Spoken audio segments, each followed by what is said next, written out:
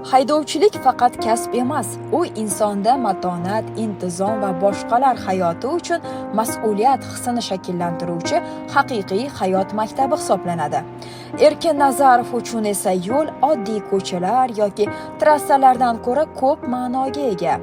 Har bir chiqindilarni yig'ib olib o'tilgan kilometr Erkin aka uchun nafaqat kasbiy vazifa, balki shaxs sifatida rivojlanish va mas'uliyatni namoyon qilishda haqiqiy hayot sabog'i bo'ldi.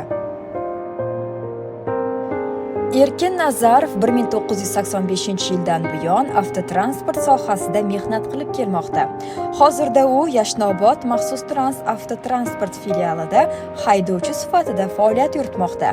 Uning uchun har bir manzilga o'z vaqtida yetib borish oddiy ish emas, balki intizom va talabchanlik belgisidir.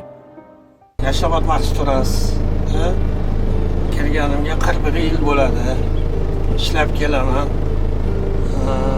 Shu kasbimdan xursandman. Oilamni boqib, oilam xursand. 4 ta farzandim bor. Farzandlarim ham yaxshi, hammasi aqlli, xushli ishlaydi. Shu kasb orqasidan bolalarimni o'qitib, joyli qildim. 41 yil bo'ldi mana ishlayotganimga. Shogirdlarim bor. Shogirdlarim ishlashyapti hozir. Ishlashimiz yaxshi. Ertalab soat 5 dan chiqamiz. 5 dan chiqib ish joylarimizni olib, to'kadigan joylarimizga olib borib to'kib qaytib kelamiz.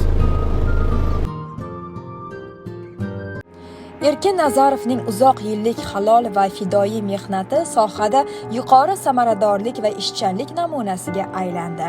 Bu mehnati davlat tomonidan qadrlanib, munosib mukofotga sazovor bo'ldi.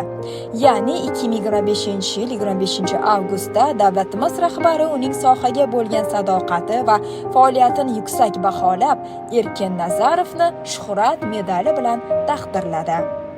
Garajga qaytishimda telefon bo'ldi.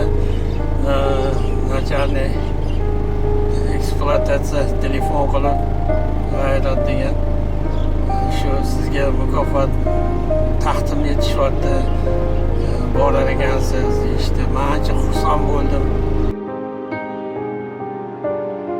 Uning ishga sadoqati va fidoyiligi atrofdagilar uchun haqiqiy namuna bo'ldi.